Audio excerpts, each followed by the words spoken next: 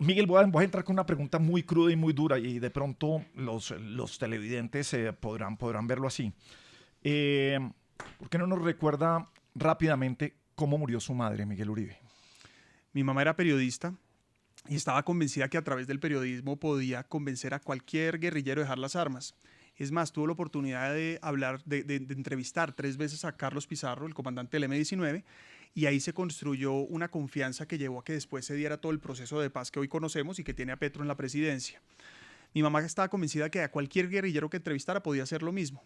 En el año 90 ella dirigía un noticiero que era Krypton, que probablemente mucha gente se acuerda, los mayores, y Hoy por Hoy, que era una revista, es más, como el programa de esta mañana aquí en Caracol Radio, Hoy por Hoy, que era una revista impresa, y en su oficina llegaron 2 tipos a decirle: el cura Pérez quiere entrevistarse con usted. Ella se le abrieron los ojos, se le iluminaron y dijo: esta es la oportunidad para que el cura Pérez deje las armas. El cura Pérez era el comandante del ELN, era cura, era español, entonces había de alguna manera una sensación, y bueno, y seguía siendo como hoy una guerrilla absolutamente cruel.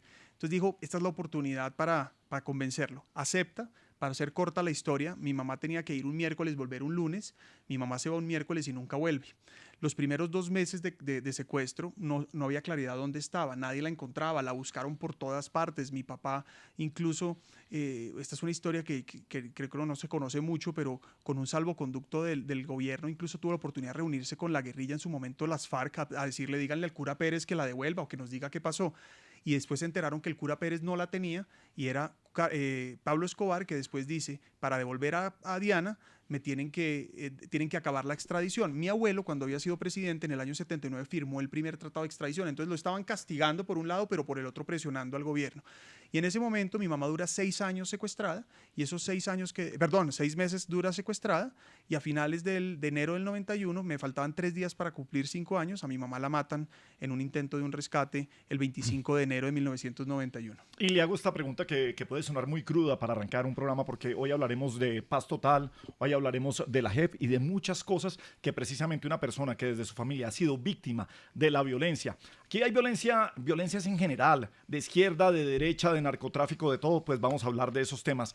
Pero tenemos también periodistas que nos acompañan y ella le gusta, ella es la nena de nuestro programa que usted ha escuchado muchas veces, pero ya viene en plan de periodista, así que vamos adelante con Pelucita, nuestra reportera. Muy buenas tardes, Pelucita, sin anestesia. Claro que sí, Gabriel, estamos con el candidato presidencial más joven de la historia fuera de Simón Bolívar, Miguel Uribe. Miguel, pasando a un tema un poco más amable. Sí, arranqué con toda yo, ¿no? Arranqué. A ti te fascinan los perros. Y tuviste una perra que se llama Capitana. Y hoy tienes una perra que se llama Violeta. ¿Qué razas eran y por qué Capitana y por qué Violeta?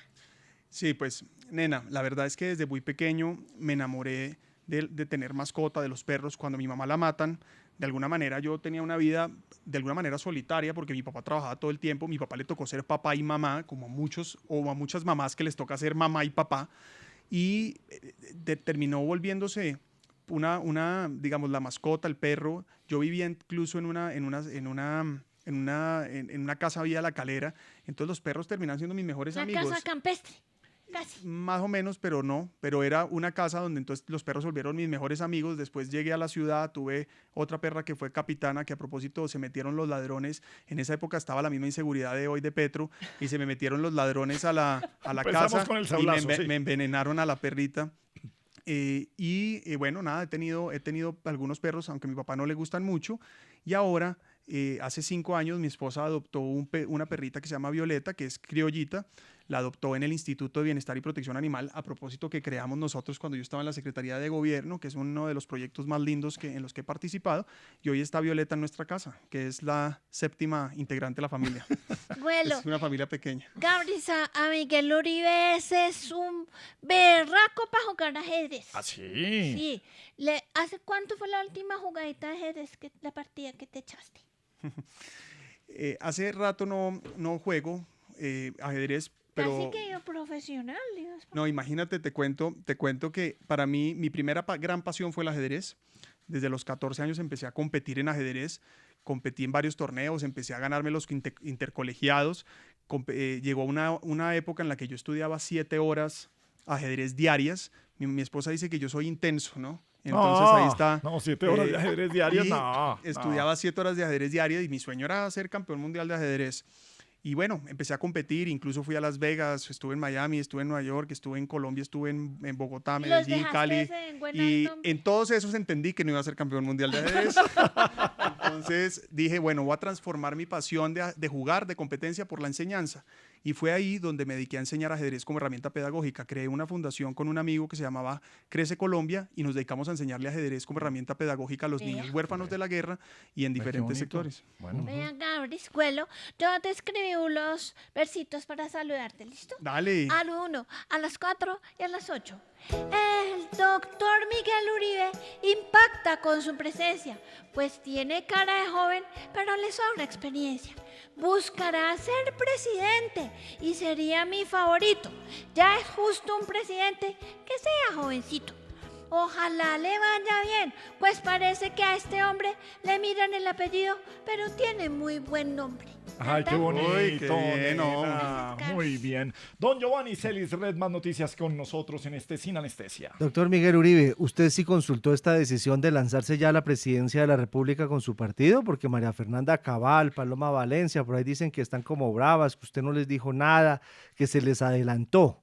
¿Usted no cree que se precipitó con el riesgo de quemarse? Giovanni, a la única que le consulté fue a mi esposa, que es la que comparte el sacrificio conmigo y la que ha sido mi compañera y mi amiga. Pero además, claro que se lo informé al presidente Uribe, pero además yo quisiera ser preciso en lo que estamos. Yo no me anticipé, por el contrario, soy el último de los 5 precandidatos que anuncia la candidatura. Ya María Fernanda, Paloma, Paola y Andrés Guerra han anunciado que son candidatos. Ok. Yo no lo había hecho. Incluso la semana Lo que pasa pasada... es que ninguno hizo un lanzamiento como usted hizo. Bueno, bueno, bueno, es pero problema eso- de ellos, sí. Eso de sí acuerdo, es diferente. sí, ok. La semana pasada el presidente Uribe dijo, bueno, es importante que ya queden oficializadas todas las candidaturas porque la próxima semana o el próximo mes arrancamos los foros del Centro Democrático.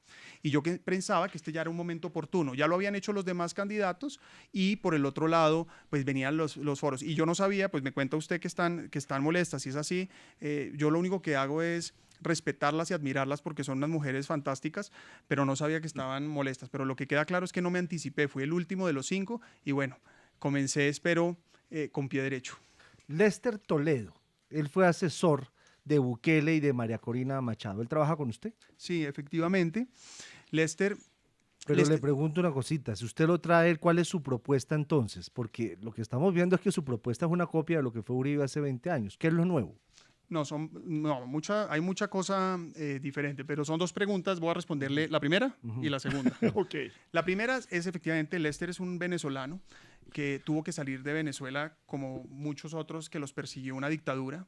Fue diputado, trabajó con Leopoldo. Cuando a Leopoldo lo detienen, a él le dictan una orden de captura, incluso alcanzan a detener a su familia, logra salir. Y desde ese momento transforma, digamos, su trabajo político por la consultoría política, trabaja con Bukele, logra sacar adelante primera y segunda campaña de Bukele, trabaja con María Corina, es muy amigo, pero yo diría que su éxito reciente es que fue la persona que lideró todo el proceso de evidenciar el fraude electoral en Venezuela, que como vimos fue un éxito. Y con él desde ya estamos trabajando en cómo crear un ejército de voluntarios para defender el voto y evitar el fraude en Colombia, porque a mí no me queda la menor duda, primero que en el 26 va a haber elecciones, pero también que quien hoy gobierna se las va a intentar robar. Pero con Entonces, hay tenerlo que al lado, cuidar. ¿usted Primer quiere ser el punto. Bukele colombiano? No, esa es una gran pregunta, porque yo lo que quiero ser es el mejor Miguel Uribe posible para Colombia. Yo tengo claro que yo no voy a imitar a nadie, ni al presidente Uribe, que es irrepetible, Pero usted ni a dijo Bukele, ni a nadie. trabajar, levantarse a las No, 5 de la porque esos mañana. son Eso es lo valores- que dijo Uribe hace Le 20 años. faltaron No, los esos son- huesitos y las carnitas. Bueno, lo que queda claro es que lo hice bien porque lo repite todo el mundo. Sí. Hasta aquí en La Luciérnaga lo repiten, o sea que vamos bien. Pero lo que es cierto es que son valores, trabajar no es un valor de Uribe. Uribe lo hizo público porque representó presidente a lo que representa el colombiano.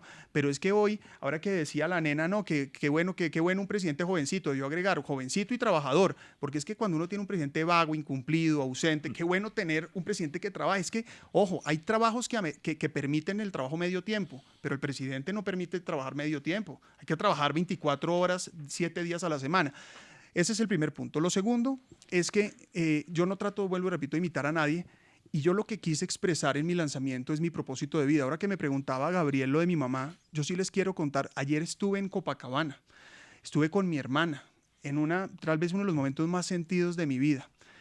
En ese sitio aprendí a no negociar principios, porque mi mamá cuando estaba secuestrada, Alexandra, a mi mamá ella le escribió una carta a mi abuelo diciéndole, papá, como tú siempre me has enseñado, nunca pongamos los intereses de la familia por encima de los intereses del país, diciendo no accedamos a presionar al gobierno. Bueno, dicho eso, nunca pasó y la mataron. Entonces aprendí a no negociar principios, pero lo segundo es que es el lugar donde se une mi más profundo dolor y mi propósito de vida, que es la causa de mi mamá. Es un país sin violencia. Lo decía ahora Gabriel antes casualmente. Es que queremos un país sin violencia. Para mí la seguridad no es un discurso, es una causa. En buena parte por eso estoy con Uribe. Es que no es casualidad que yo hoy esté en el partido del presidente Uribe. Porque antes estaba con Peñalosa. No se trata, pero es que primero son dos cosas diferentes porque yo nunca estuve en un partido, aunque se lo voy a cambiar. Yo nunca he cambiado de posición de pensar. Ok. Yo fui antipetrista, ¿cuándo? En el 2012 cuando llegué al Consejo, y hoy sigo igual, y he trabajado con diferentes personas, a quien admiro. A propósito, a Peñalosa me parece un gran maestro, y tengo que decir con absoluta orgullo hoy que me siento afortunado de haber trabajado con Peñalosa, que me enseñó mucho, de lo que seguramente hablaremos más tarde. Pero lo segundo es que hoy estoy con Uribe, precisamente porque coincido que hoy Colombia necesita lo que Uribe siempre le ha ofrecido: seguridad, inversión privada y cohesión social. Bueno, esta es la luciérnaga entre la realidad y la ficción, y también tenemos humor también, es parte de la ficción, a veces de la triste realidad del país. Uy, mire lo que le tocó. A la luciérnaga vino risa loca a trabajar. Arriba rating, señor, no nos vaya a hacer llorar. Arriba rating, qué energía, qué entusiasmo. Decía prácticamente ¿Qué? para el humor, patrón. Eso, más bien. Aquí, Gracias, más bien. Uy, ¿qué es eso? Bueno, allá está, mire, Corozo, le presento el del sombrero, Risa Loca, Parece un Cocolizo, espantapájaros. Rey Nacional de la Trova y Andrés el Muelón Sánchez. Venimos con un chiste representado, patrón. No, pero aquí los chistes de Don Gediondo son los actuados, señor. Tiene razón, Gabriel, tiene toda la Ajá. razón. La gente está pidiendo el chiste representado. Usted, Corozo, por favor, porque usted ya Miguel, nos ¿a usted torció le gustan ahorita. los representados o los actuados? Representados, Miguel. Representados. Exacto, muy bien. Ese es, ahí está. Ese es, Eso sí, ya es. consiguió 4 votos, ya Muy bien. tiene 4 votos. Pero además sí. votos calificadísimos. No, Claro que una sí. cosa, Así es, eso es verdad. Muchas gracias, Miguel. Y Es todos que los eso es éxitos verdad, del dice el mundo. otro hombre. Cuenta con nosotros. Pero en serio. Sí, no, en serio. Usted sabe que sí. A ver, el chiste en serio, Sí, más así bien. el chiste. Además, el chiste. ojo que yo soy mitad paisa, o sea que... Ahora sí. Bueno, hágale pues el chiste. Bueno, que... Eso sí. Hombre, ¿qué más, hombre? Coco, ¿cómo va todo? Hombre, bien, Oscar. Sí, ¿qué Bien. contás de nuevo, hombre? Todo muy bien, hombre. Para contar, tengo que a mis 30 años Sí. he terminado mi primer libro. No joda. ¿Y me lo vas a prestar para leerlo? No puedo, tengo que devolverlo a la biblioteca. Ave María, hombre. Maestro Yamid Amad, ¿cómo le va? Muy buenas tardes. Ave María. La noticia en el centro noticia. Hola, mono, ¿cómo estás? Muy bien, señor, aquí con Miguel Uribe hoy. Hola, Miguel, ¿cómo estás? Hola, Yamid, qué gusto volverlo a ver. Qué bueno ver un político joven, honesto, bonito, joven, millonario, asexuado, se depila. Ni millonario ni asexuado. Está hablando como Poncho Como Rentería Poncho usted. Rentería. Sí. Hola, Alexita, ¿cómo estás? Maestro, qué gusto verlo. Pues no este es mi número de Maestro, teléfono. gallo de verlo. Ay, ojalá. No me hagas, te botaste mi número de celular, no me hagas todo. Sí, le tengo listo. No me has vuelto a pegar una Claro, Sí, lo bueno. llamo. Sí, lo llama más tarde, pero Hola, ¿cómo estás, Celis? No sabes el marica, ¿cómo estás? Yo no sé, es que el noticiero Maestro que Yamid, fabrica, buenas todos noches. los días fabrica Red Más. Sí. Llamé con Georgia, los muchachos de las noticias de Canal 1. Sí, señor. Más compañía. Sí, más compañía. Y un Yamid. noticiero a las 8 Sí, también, Yamid, por eso, según pero llamé. entonces, pero pues aquí está Miguel para que lo ¿Qué entreviste. más, doctor Miguel? ¿Cómo sigue las huevas? Que si nos trae noticias nuevas. Bueno, bastantes. La primera es que voy a ser el próximo presidente de Colombia para recuperar la seguridad en el país. Yamid, no, Yamid, así no, Yamid, cálmese, no se Yamid, ría. no, así no. Esa es la misma risa a mí que me da cuando se Sí. acabe SMI. Sí, bueno. Risa. Oigan, doctor, Es un chiste, es un al chiste. doctor Miguel Uribe se le dio por lanzar la candidatura de domingo en plena COP16. Sus asesores son como huevones también. No, la verdad, primero es una fecha espectacular. Ahí le porque- entendió la pregunta. Toda. No, es que yo no yo hablo mucho mejor de lo que pensé. Pero la verdad, Yamid, esta es una fecha absolutamente importante para el país. Yo sí creo que la COP de alguna manera pone la atención en un tema importante. Lástima que el gobierno Petro lo esté politizando. Pero lo que es cierto es que es bueno para Cali y es bueno para el país. Dicho eso, para mí era importante lanzarme ya, porque el próximo mes arrancamos un proceso de selección del partido. Pero además Colombia no da espera. Y si nosotros no nos ponemos las pilas, a trabajar en una alternativa para enfrentar a Petro, la cosa va a ser muy compleja, porque Petro se quiere quedar en el poder y o trabajamos juntos o se queda. Tú que mencionas tanto al presidente Petro, ¿crees que el partido, más bien que el país está vuelto un mierdero? Bastante. Demasiado. La verdad es que... Un chiquero. Yo entendí chiquero, de todos modos. Que es parecido. No, pero la verdad yo entendí lo que dijo y la verdad es que está peor que eso. Petro ofreció un cambio que nunca llegó. Y lo que es cierto es que Petro, en vez de solucionar los problemas, los está agravando. Y hoy se siente en el país, basta con recorrer Colombia como lo hago todas las semanas, le decía Alexandra ahora, y lo que uno ve es que la gente está desesperada. El que no votó por él, pues había que esperar, y el que votó, arrepentido. Una pregunta, doctor Miguel. ¿Por qué razón señor ministro? ¿Tú qué dices? Bueno, no, ahora sí necesito que me ayude, Gabriel. No, la cosa se enredó. Me gustó la pregunta que hizo y que nombró ministros. En el caso de que usted llegue a ser presidente, vamos mucho más allá, y el expresidente Uribe lo llame a dictarle cuáles son los ministros, ¿usted qué hace? Primero, nunca lo haría. Uribe no funciona así. Uribe es un demócrata y absolutamente respetuoso, pero lo que le puedo garantizar a los colombianos es que va a elegir a los mejores ministros. Este país no lo recupera una sola persona. Necesitamos un equipo de alto rendimiento, de lujo, y parte de eso fue lo que aprendí con Peñalosa, a tener a los mejores.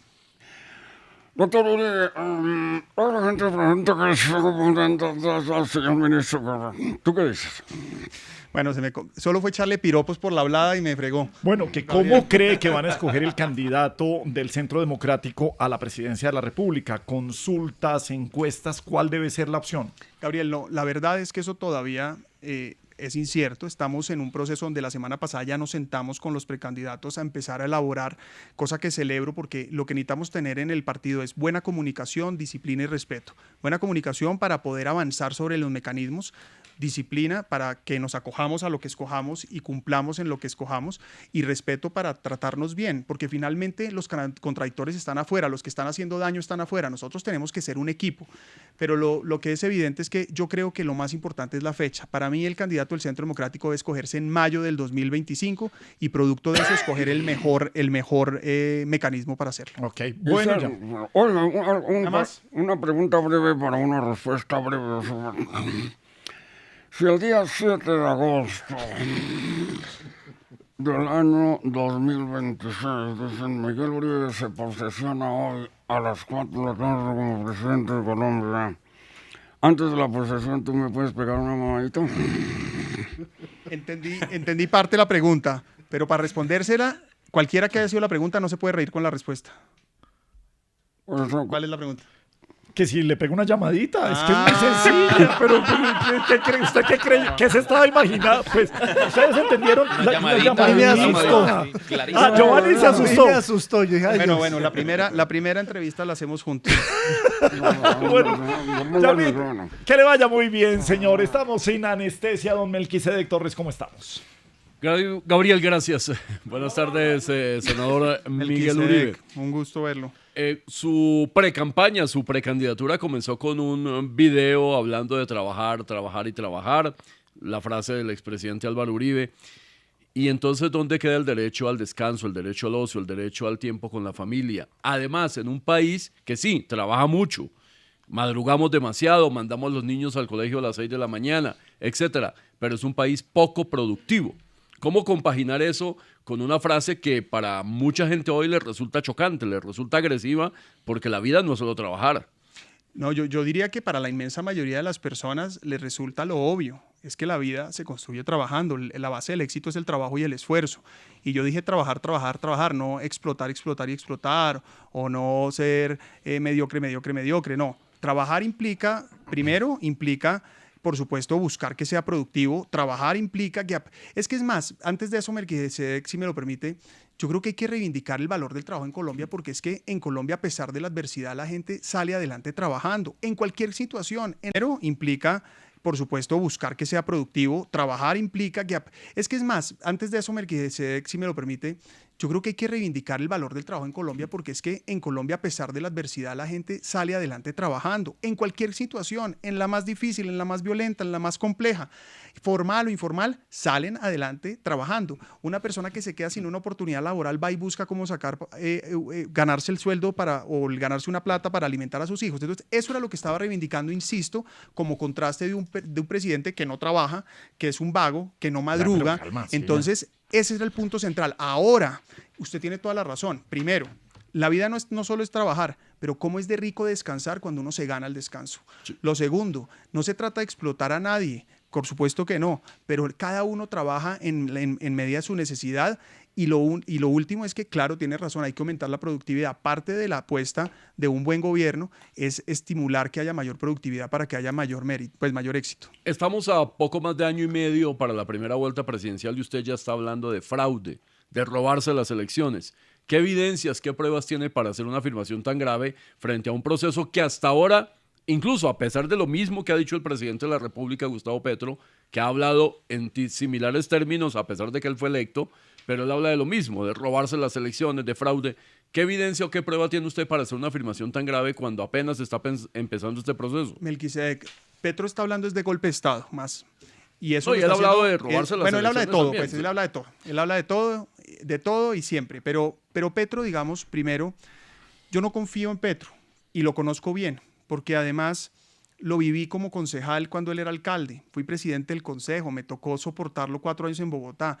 Y en general los colombianos hemos visto su desempeño. Petro no es una persona creíble ni confiable.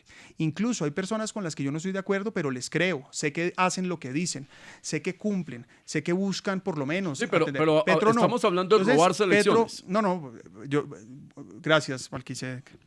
¿Y el tema cuál es? El tema es que Petro todo lo que propuso no lo está haciendo. Propuso no ser constituyente, la está haciendo. Petro propuso no reelegirse, lo está haciendo. ¿Eso qué quiere decir? A Petro lo que lo moviliza es una profunda ambición personal. Petro se quiere quedar en el poder. Y una de las cosas que quiere poner es en riesgo las elecciones. Un primer atentado fue quitarle la plata de la registraduría, como usted bien sabe, y además usted también lo publicó en sus cuentas. Y nosotros, gracias al trabajo que hicimos en el Congreso, logramos evitar que eso sucediera.